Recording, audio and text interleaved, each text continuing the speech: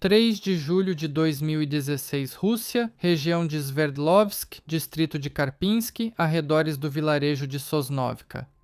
É noite e a floresta ao lado da estrada parece escura e perigosa.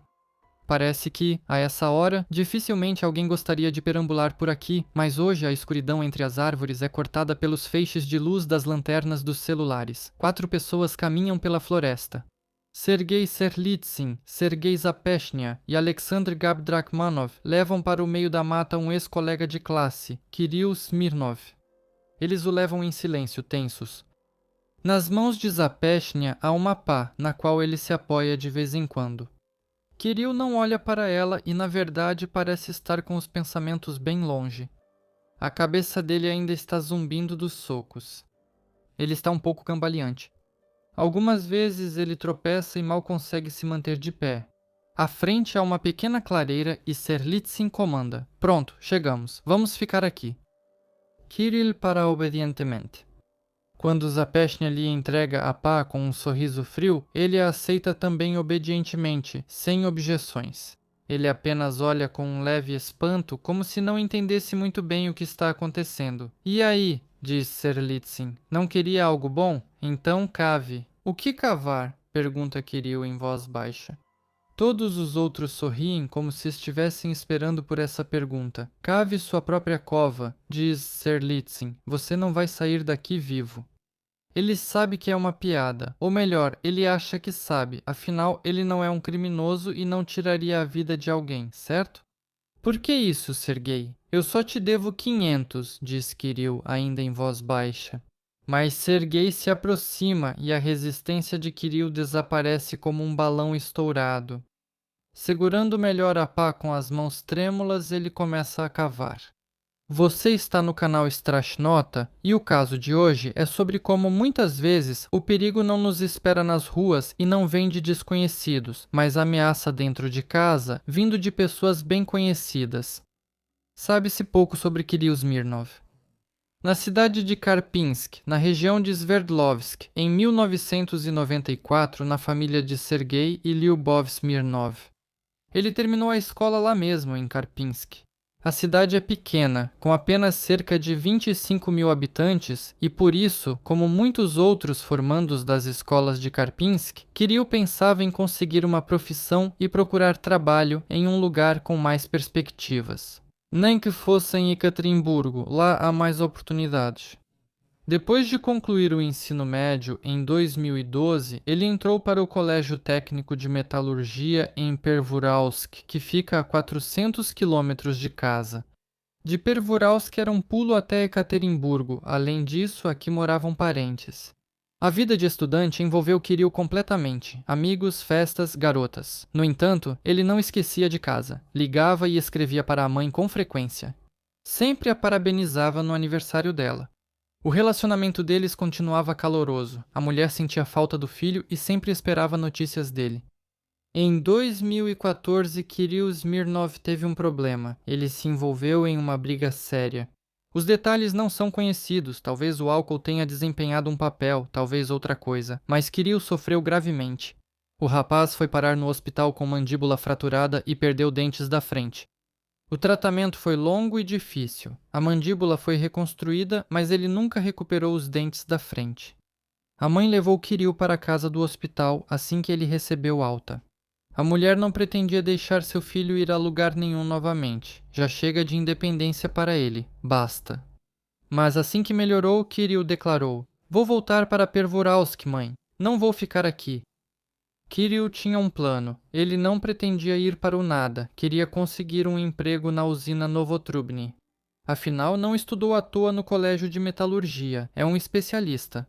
Talvez a lesão tenha impedido que ele concluísse o colégio, mas não há informações sobre isso.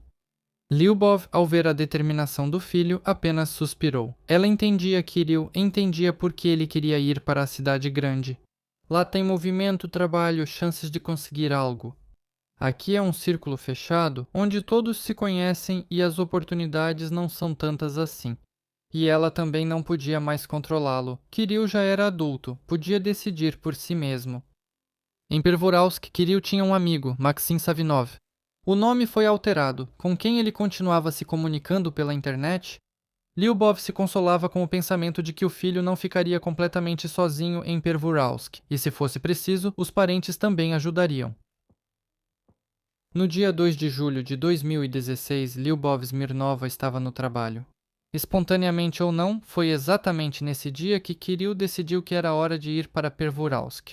A mãe, é claro, sabia da partida do filho. Kirill deveria levar consigo seus pertences, documentos e 4.000 rublos.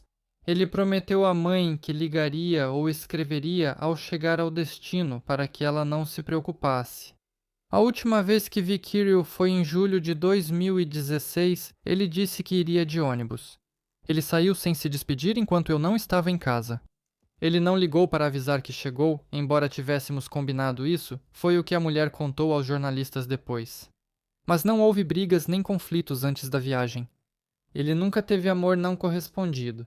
Havia apenas um amigo de Pervouralsk com quem Kirill conversava pela internet. Quando Lyubov voltou para casa, o filho não estava lá. O apartamento estava um pouco bagunçado, mas ela não deu atenção a isso na hora. Vai saber, Kirill lembrou de algo de última hora e estava procurando algo. Tudo fazia sentido como parte dos preparativos. A mulher arrumou a bagunça e foi cuidar de seus afazeres. No final da tarde, em 3 de junho, ela começou a olhar para o telefone, mas a mensagem de Kirill não chegava. No dia seguinte também não houve notícias, mas Lyubov já achava que tinha entendido o motivo. O carregador do filho ficou em casa. Sem carregador, qualquer celular vira um pedaço inútil de plástico em apenas um dia. Lyubov só suspirou naquele momento. O Kirill dele se preparou, mas ainda assim esqueceu algo.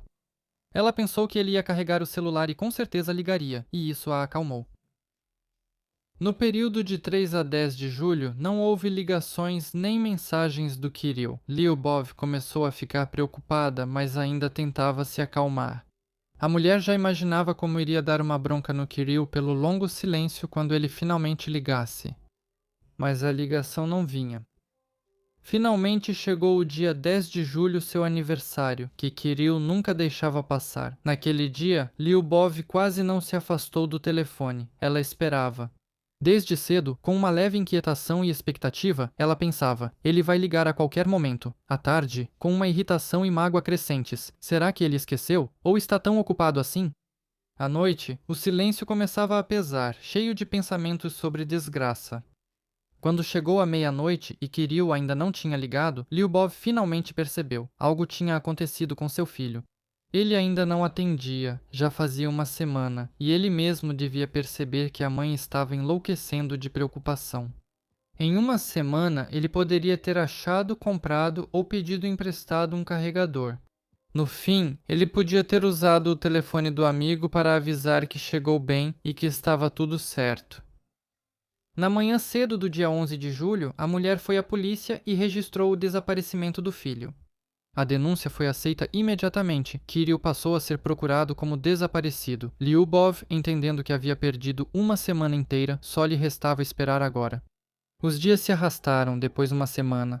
O primeiro mês passou como se tivesse sido simplesmente arrancado da vida, sem acontecimentos, sem notícias, sem respostas. As buscas continuaram de acordo com a versão dos acontecimentos que a princípio parecia ser a única lógica. Kirill foi embora e, o que é importante, chegou a Pervouralsk.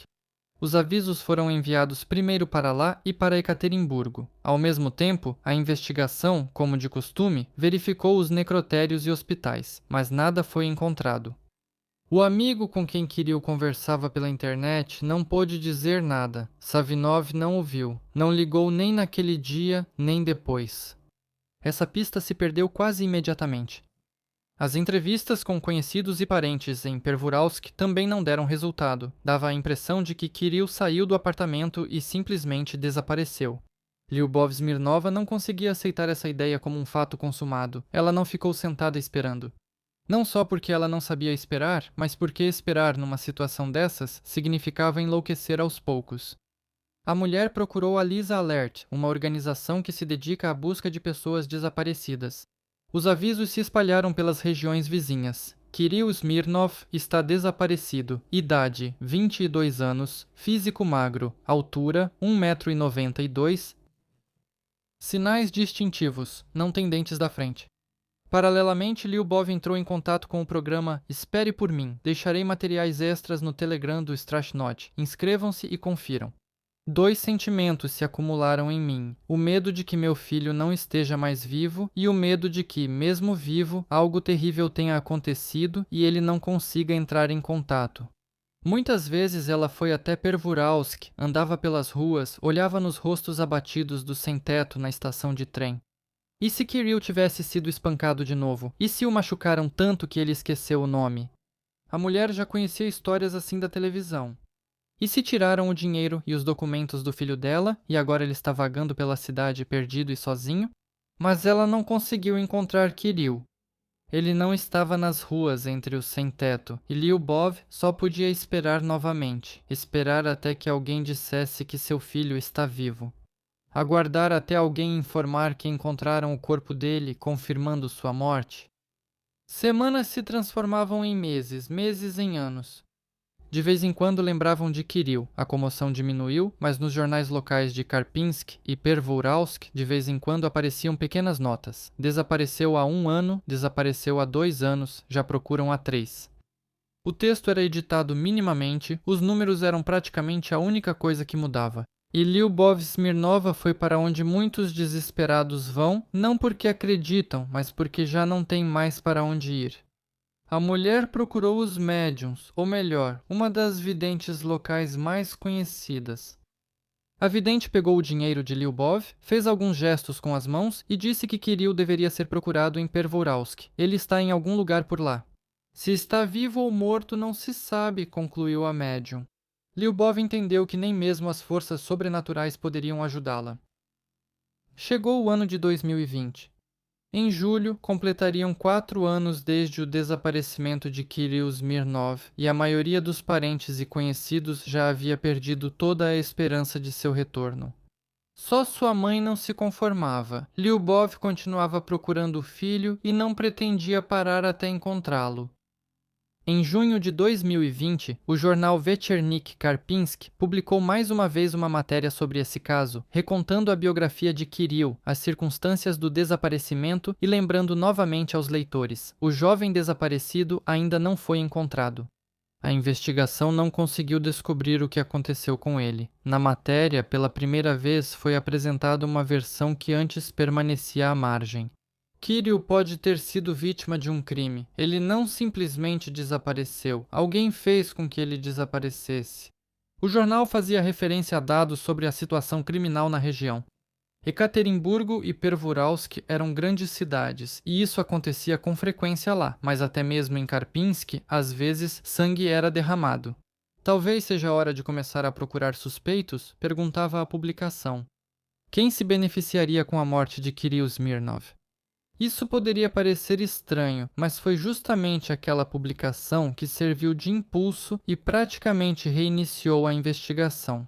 Antes disso, Kirill era procurado exclusivamente como uma pessoa desaparecida que saiu de casa e não voltou. Depois, já como vítima de um crime. Em agosto de 2020, os materiais do jornal serviram de base para a reabertura da investigação. O representante das Forças de Segurança de Karpinsk anunciará essa informação oficialmente depois. Foi aberto um processo criminal com base no artigo 105 do Código Penal da Federação Russa. Os investigadores voltaram a reler as pastas com os materiais, a interrogar os parentes e conhecidos de Kirill, mas agora faziam outras perguntas e recebiam outras respostas. Continua sendo um mistério porque a polícia e o comitê de investigação não tiraram suas próprias conclusões sobre um possível crime antes, mas o fato é que foi justamente a divulgação pública que fez o caso avançar. Desta vez, os investigadores tiveram sorte. Em fevereiro de 2021, surgiu o primeiro suspeito no caso, um morador local chamado Alexander Gabdrakhmanov. O rapaz foi à delegacia espontaneamente, dizendo que a consciência o atormentava e não suportava mais viver assim. Sei onde está Kirill, vou contar tudo, ele garantiu. Gabdrakhmanov escreveu uma confissão. Ao ler a explicação, os investigadores não só identificaram novos suspeitos, mas também descobriram o fato mais terrível que tira para sempre a esperança dos parentes de Kirill Smirnov. Gab Drakhmanov afirmou que Kirill morreu ainda em 3 de julho de 2016. Todo esse tempo ele estava morto, e seu corpo estava bem perto de casa, na floresta. O rapaz não foi para Pervouralsk coisa nenhuma. Vieram buscar Kirill diretamente na casa dele. Naquela noite, em 2 de julho de 2016, o amigo de Kirill Smirnov, Ilya Molchanov, foi visitá-lo. Talvez Molchanov quisesse apoiar o amigo, que estava se mudando para outra cidade, ou talvez tenha passado para uma visita por acaso. Kirill organizava as coisas e falava de seus planos. Molchanov observava os preparativos sentado no sofá. De repente, a campainha da porta tocou. Já era noite, Kirill não esperava ninguém e foi abrir a porta com relutância.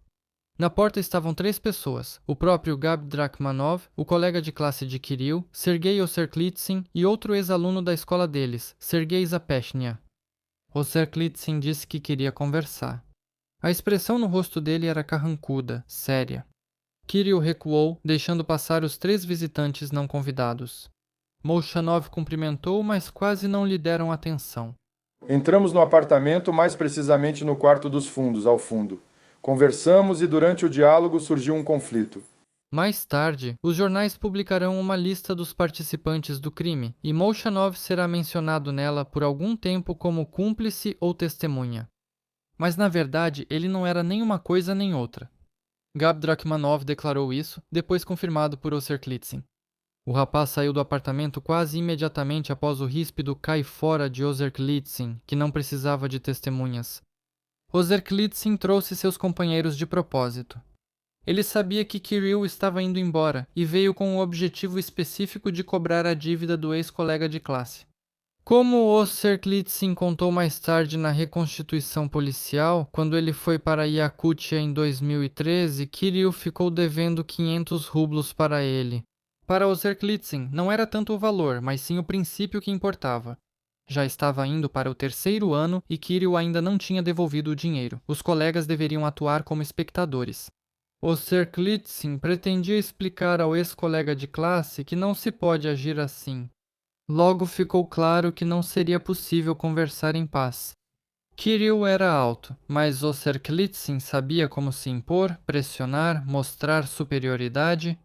Ele falava com desprezo, insultava e ameaçava agredir fisicamente. Se não quer pelo bem, então vai ser pelo mal, dizia ele cerrando os punhos.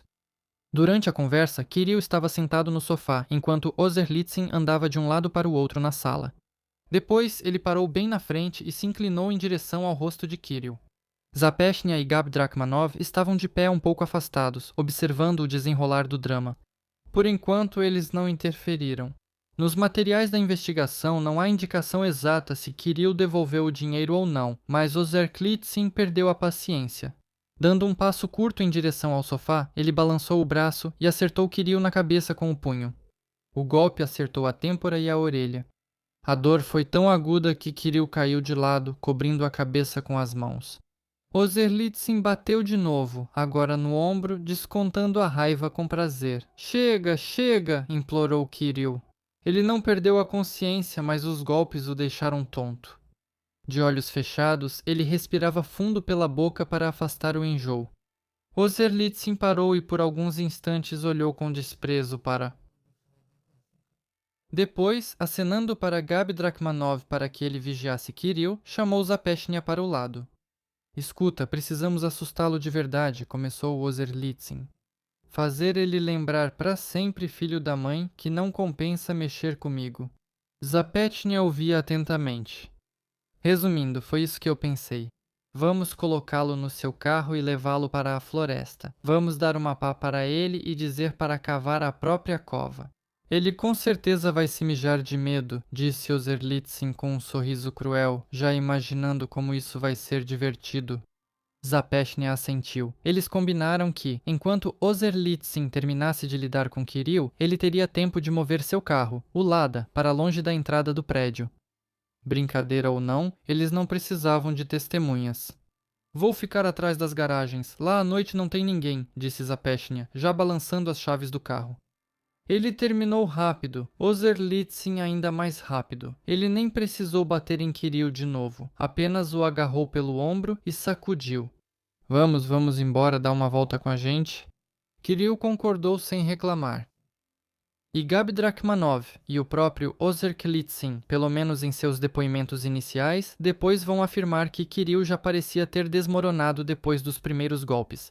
A dor e o medo o transformaram em uma vítima, em um objeto passivo do que estava acontecendo. Ele não ofereceu resistência. Quando Ozerklitsin mandou que ele fosse com eles, ele apenas obedeceu. O grupo de 4 saiu da casa em silêncio. Na frente, mostrando o caminho até o carro, ia Zapeshnia, seguido por Kirill. Fechando o grupo, iam Ozerklitsin e Gabi Drakhmanov, que segundo ele mesmo, já naquela hora tinha deixado de gostar de tudo aquilo.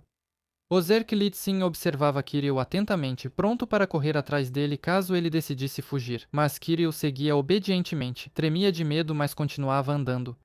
No carro, Gabi Drakhmanov abriu a porta de trás para o prisioneiro deles, mas Ozerklitsin teve uma ideia melhor. Ele pediu a Zapeshniu para abrir o porta-malas. Virou-se para Kirill e fez um gesto com a cabeça. Entra aí, corredor, mas entrega o celular primeiro. Kirill olhou suplicante para Zapeshnia, mas ele respondeu com um olhar completamente vazio. Kirill não fugiu, nem gritou.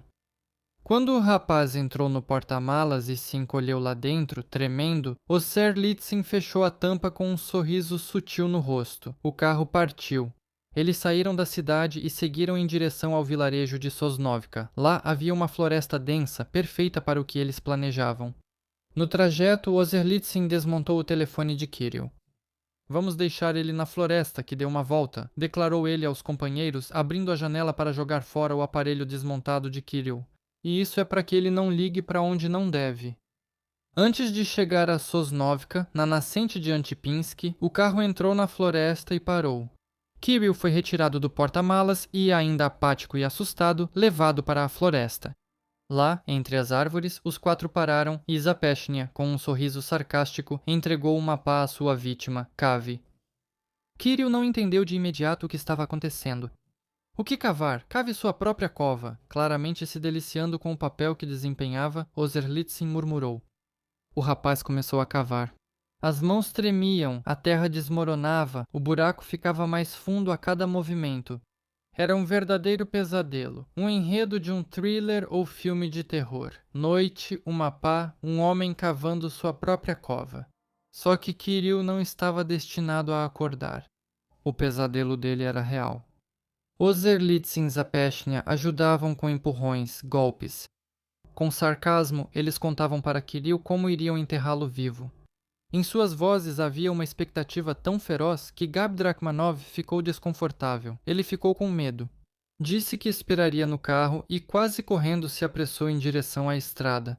Dentro do carro, ele tremia e observava a escuridão até notar os feixes das lanternas na grama. Ozerklitsin e Zapeshnia estavam ali, mas Kirill não estava com eles.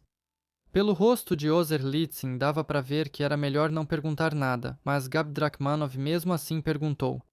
Não, eu entendi. E olha, não conta para ninguém, rosnou ele. Gabi Drakhmanov entendeu. Eles chegaram à cidade em silêncio e depois seguiram caminhos diferentes, jurando não contar a ninguém e nunca mais lembrar disso. Durante todos os 4 anos, Gabi Drakhmanov evitou ambos os seus antigos colegas e passava longe da mãe de Kirill, mas sua consciência o atormentava. Ao ver mais uma edição do jornal dedicada às buscas sem sucesso, ele sentia o coração apertar. E finalmente, em fevereiro de 2021, ele não aguentou. Em sua confissão, Gabi Drakhmanov mencionou os nomes de Ozerklitsin e Zapeshnia. O primeiro foi detido imediatamente e também confessou quase que imediatamente. De modo geral, seu depoimento repetia a confissão de Gabi Drakhmanov, o conflito, as agressões no apartamento, a viagem no porta-malas. O principal é que ele relatou em detalhes à investigação o que ocorreu depois. Quando ele e Zapeshnia ficaram a sós com Kirill, uma fúria voltou a tomar conta de Ozerklitsin, repentina, destruindo qualquer autocontrole. Kirill continuou cavando obedientemente quando Ozerklitsin levantou o tronco de uma árvore caída. Mais tarde, nos autos do processo, seu diâmetro seria registrado como cerca de 15 centímetros e acertou Kirill com força na cabeça por trás. Ele nem sequer gritou, apenas caiu no chão. Ozerklitsin não parou, continuou batendo na cabeça, no pescoço, com força, com violência. Kirill perdeu a consciência após o primeiro ou segundo golpe.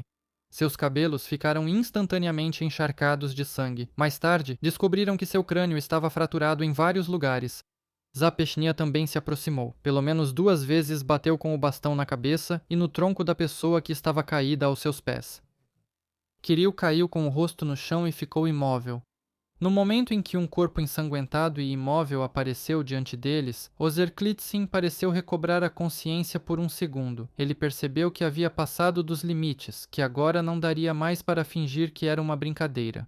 Se Kirill sobreviver, ele não vai ficar calado. Uma paulada na cabeça até perder a consciência já não é mais só para assustar, isso é sério. Era preciso terminar o serviço e depois esconder o corpo. Ozerklitsin se virou para o canto do fogão, acenando com a cabeça na direção do buraco.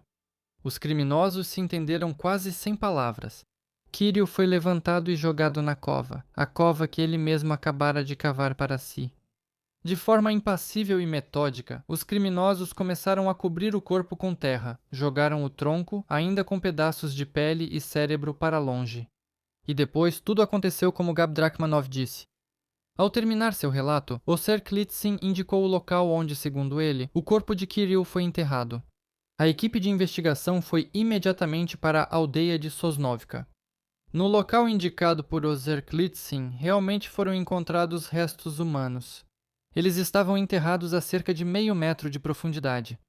4 anos debaixo da terra fizeram seu trabalho. O corpo estava bastante decomposto.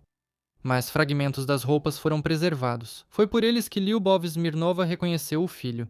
Devido à forte decomposição, foi impossível determinar a causa exata da morte. Na mídia, rapidamente se espalhou a versão de que Kirill foi enterrado vivo e que a morte ocorreu por asfixia. Ele estava inconsciente, suas vias respiratórias foram obstruídas com terra e Kirill sufocou. Nas formulações oficiais, no entanto, foi indicado algo diferente. A morte ocorreu em decorrência de um conjunto de lesões. Isso significava que o corpo de Kirill foi colocado na cova já sem vida e ele morreu por danos cerebrais ou outras causas não relacionadas à asfixia. A diferença entre as versões está nos minutos finais de Kirill, mas não na essência do ocorrido. Não foi possível interrogar Sergei. Em 2020, ele morreu de frio em um ponto de ônibus. Também não foi possível interrogar Ilya Molchanov, amigo de Kirill, que estava presente em seu apartamento naquela noite. Descobriu-se que ele também faleceu. Foi atropelado por um caminhão. O único suspeito vivo do caso acabou sendo Ozerklitsin, de 26 anos. Ele foi acusado de crimes previstos na parte 2 do artigo 126 do Código Penal da Federação Russa. Sequestro de pessoa, cometido por um grupo de pessoas em conluio prévio, com ameaça de uso de violência perigosa para a vida e a saúde, com uso de objetos utilizados como arma e pela parte 2 do artigo 105 do Código Penal da Federação Russa, referente ao homicídio relacionado ao sequestro de pessoa, cometido por um grupo de pessoas em conluio prévio com o objetivo de encobrir outro crime. Alexander Gabdrakhmanov deveria testemunhar no tribunal como testemunha. Essa circunstância levantou muitas questões. Mesmo partindo da versão de que ele não participou diretamente da morte de Kirill Smirnov, seu papel no sequestro é evidente. Ele fazia parte do grupo, acompanhou Kirill no carro, estava por perto quando os acontecimentos se desenrolaram. Mas a acusação de sequestro foi feita contra Ozerklitsin e não contra Gabdrakhmanov. Talvez sua cooperação com a investigação tenha sido considerada uma circunstância atenuante ou até exculpatória. De qualquer forma, apenas Ozerklitsin acabou no banco dos réus, ou seja, só ele teria que responder pelo crime. Ele poderia pegar até 15 anos de prisão em regime fechado. Do lado de Sergei Zapesheny, deveria atuar um advogado contratado por sua família. Ela pretendia defender sua inocência, e esse lado aparentemente tinha algumas provas. Ao saber disso e contratar um novo advogado, Sergei Ozerklitsin mudou seu depoimento. Ele declarou que não teve nenhuma participação na morte de Kirill e que os verdadeiros criminosos são Gabdrakhmanov e Zapeshnia. Ele afirmou que suas próprias confissões foram obtidas sob pressão, que os investigadores o pressionaram, por isso ele teve que inventar tudo na hora. A investigação reagiu. Этим словам скептически. Oserlitsin já havia mencionado muitos detalhes, descreveu os acontecimentos de forma muito lógica, até mesmo a sequência. Ele não poderia ter inventado tudo isso sem motivo. A versão não parecia uma invenção, ela soava como a verdade. Então, Oserlitsin mudou seu depoimento novamente. Na nova versão, ele não negou que eles levaram Kirill para a floresta e o forçaram a cavar uma cova, mas disse que ele foi com eles voluntariamente no banco do carro. Eles só o assustaram e o deixaram na floresta. Não houve nenhum crime. Foi uma brincadeira de mau gosto que, para a grande, enorme tristeza, terminou do jeito que terminou. Eu admito que em 2 de julho de 2016 houve um conflito, uma briga entre mim e Kirill, durante a qual lhe causei lesões e depois dei um soco fora da cidade. Estou pronto para assumir a responsabilidade por isso. Eu lamento por isso.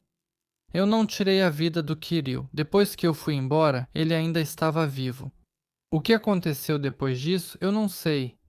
Eu sei com certeza que depois do meu soco ele estava vivo e que ele não poderia morrer por causa desse golpe, afirmou Oserlitsin. Oserlitsin enfatizou várias vezes que Kirill foi com eles voluntariamente. Ele sempre teve a oportunidade de fugir e pedir ajuda se não quisesse ir. Mas ele não fez isso. Não conosco. Tudo foi voluntário, ele insistia. E o advogado de Serlitsin acrescenta o seguinte. Ninguém pretendia mantê-lo na floresta. Ele foi levado para cavar sua própria cova. Além disso, enquanto ele estava em casa, poderia ter ligado ou pedido ajuda. Portanto, dizer que ele foi coagido, que sua vontade foi suprimida. Meu cliente pode ser julgado por causar lesão corporal, por agredi-lo com as mãos, mas não por morte. A causa da morte não foi estabelecida. Um outro fator foi que a arma do crime, aquele mesmo tronco de árvore com o qual, segundo os depoimentos iniciais, foram desferidos os golpes, nunca foi encontrada. Sim, Kirill tinha múltiplas fraturas nos ossos do crânio, mas isso não provava que foi Oserlitsin quem desferiu os golpes. O advogado também fez referência à personalidade de Oserlitsin. Ele colaborou com a investigação, não tinha antecedentes criminais, possui emprego fixo e tem boa reputação. O mesmo retrato positivo tinha Sergei Zapeshny, um cara comum, sorridente, fácil de lidar, que se dedicava à música. A advogada dele insistiu que Zapeshny pode até ter ido à floresta com o grupo, mas não bateu em Kirill e não participou de tirar a vida dele. Ela também lembrou ao tribunal que a arma do crime não foi encontrada. E Oserlitsin e Gabdrakhmanov estão apenas tentando colocar a culpa em uma pessoa que não pode se defender de forma alguma, insistiu a advogada. No entanto, tanto Gabdrakhmanov quanto Oserlitsin, independentemente um do outro, afirmaram que Oserlitsin estava lá e não era um mero espectador. O advogado de Oserlitsin, numa tentativa desesperada de ao menos tirar parte da responsabilidade de seu cliente, tentou apontar o interesse do investigador que conduziu o caso em seu desfecho. Como ficou claro, o investigador Romanovsky, nome alterado, que atuava do lado da acusação, e Alexander Gabdrakhmanov estudaram juntos durante um ano na mesma turma e se conheciam. E o advogado afirmou que a acusação não foi apresentada contra Gabdrakhmanov justamente por esse motivo. Gabdrakhmanov recebe tratamento especial do investigador e todas as acusações recaíram sobre quem não foi a polícia primeiro. No entanto, o tribunal não considerou o motivo suficiente para afastamento. Gabdrakhmanov e Romanovsky não eram amigos e depois que seus caminhos se separaram, não mantiveram contato. O investigador não poderia ter interesse pessoal neste caso. Também durante mais um interrogatório de Gabdrakhmanov, surgiu um detalhe interessante. Ele afirmou que ouviu Oserlitsin e Pechenia a caminho de casa naquela noite, combinando entre si de irem juntos ao local do crime e se esconderem novamente. Isso poderia ser uma confirmação de que Kirill realmente morreu antes de ser enterrado. Mas isso não tirava nem de Oserlitsin nem de Zapeshnia a culpa pela morte dele. Se você quiser mais vídeos, acesse o Boost se estiver na Rússia e o Patreon se não estiver na Rússia. Lá você encontrará vídeos exclusivos que não estão no YouTube. Os links estão abaixo do vídeo. De modo geral, neste caso, fica especialmente visível um contraste acentuado entre os estados internos das pessoas e como eles se manifestam em suas ações. Kirill é percebido como uma pessoa com uma psique bastante frágil e pouca capacidade de resistência em um momento crítico. Antes dos acontecimentos, ele leva uma vida bastante comum, tem planos, conexões, o desejo de sair de um ambiente limitado. Isso mostra que ele tem uma iniciativa básica e o desejo de seguir em frente, mas sob pressão direta, ele literalmente desmorona. Em uma situação de ameaça, ele não reage lutando ou fugindo, ele congela e se submete. Esse é um tipo de reação em que o medo desativa completamente a vontade. Nele não há agressividade, não há tentativa de se defender nem mesmo quando a ameaça se torna óbvia. Esse tipo de comportamento geralmente se forma ou por falta de experiência com conflitos intensos ou por uma crença profunda de que é melhor não provocar, pois só vai piorar. Assim, ele não está psicologicamente preparado para a violência, o que o torna muito vulnerável. E Serlitzin é o polo oposto. Ele tem uma necessidade acentuada de dominar e uma fixação doentia por controle e justiça, mas segundo a sua própria compreensão. O dinheiro aqui, claro, é só um pretexto. Mais importante é a sensação de que não o respeitam, de que o enganaram. Isso fere não a parte racional, mas o orgulho dele. É daí que vem o comportamento demonstrativo, a pressão, a humilhação. Ao mesmo tempo, ele tem uma característica importante. Até certo ponto, ele mesmo acredita que está tudo sob controle e que esse crime não é real. Essa é a clássica ilusão da violência controlada quando a pessoa acha que pode parar a qualquer momento. Sabe, como os alcoólatras que dizem, eu bebo quando quero e quando não quiser mais, paro na hora. É a mesma ilusão. Mas quando as emoções explodem, o controle desaparece completamente e a violência já não pode ser parada. A agressão de Serlitzin não é fria e calculista, mas sim impulsiva e com explosões repentinas, onde as decisões são tomadas literalmente em questão de segundos.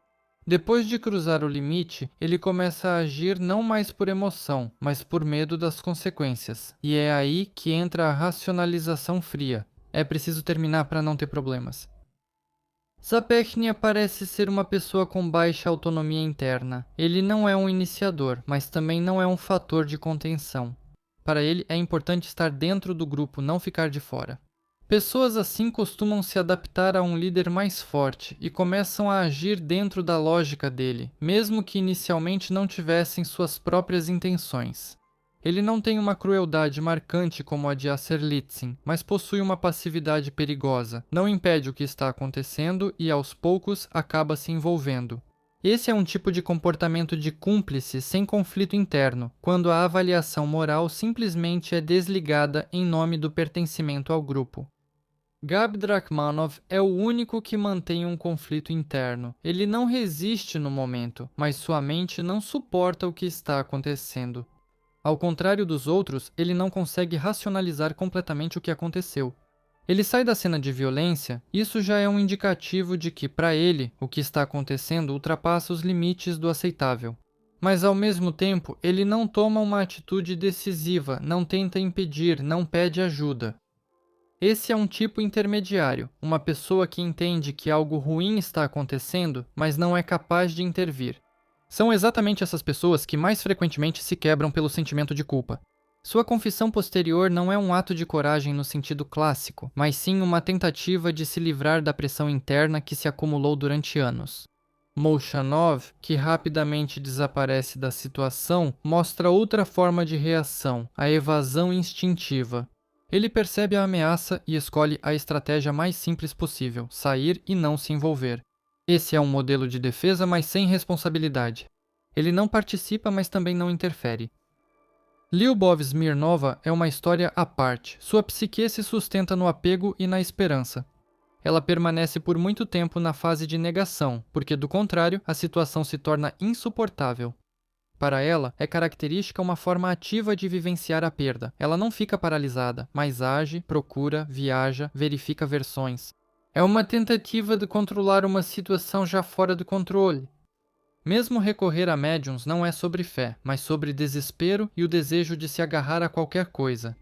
Dentro dela vivem ao mesmo tempo duas versões incompatíveis, que o filho está vivo e que ele está morto, e a mente mantém as duas por muito tempo para não desmoronar. No final, Toda a história se sustenta na combinação de 3 fatores psicológicos: uma vítima vulnerável, um líder impulsivo com necessidade de dominar e um grupo incapaz de parar o que está acontecendo. É exatamente essa combinação que faz com que a situação, inicialmente planejada como um caminho, uma ação exemplar, rapidamente saia do controle e termine em tragédia. No tribunal, Sergei Ozerklitsin teve comportamento exemplar. Em sua última palavra, pediu perdão aos familiares de Kirill, expressou pesar por ter involuntariamente se tornado a causa de sua trágica morte. Ozerklitsin pediu muito ao tribunal por clemência, falou sobre seus pais idosos, a quem ajuda, e sobre o fato de que eles dependem dele. Eu peço muito para que não me deem uma punição severa, ele repetia. Mas o tribunal não levou em consideração o seu pedido. Em 7 de dezembro de 2021 foi proferida a sentença no caso da morte de Kirill Smirnov.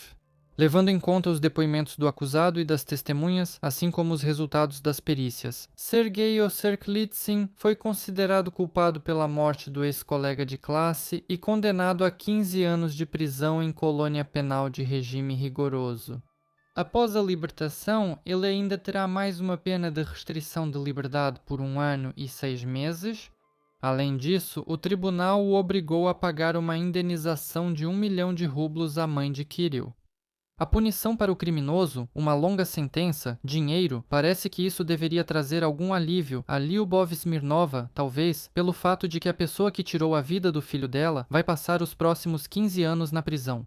Mas nem a sentença, nem a indenização são capazes de devolver a vida humana perdida por 500 rublos. E o que vocês acham sobre esse caso? Escrevam comentários, deixem likes, dislikes e assistam a outros vídeos no canal. Tem muitos e 2 deles estão agora mesmo nos cards do vídeo.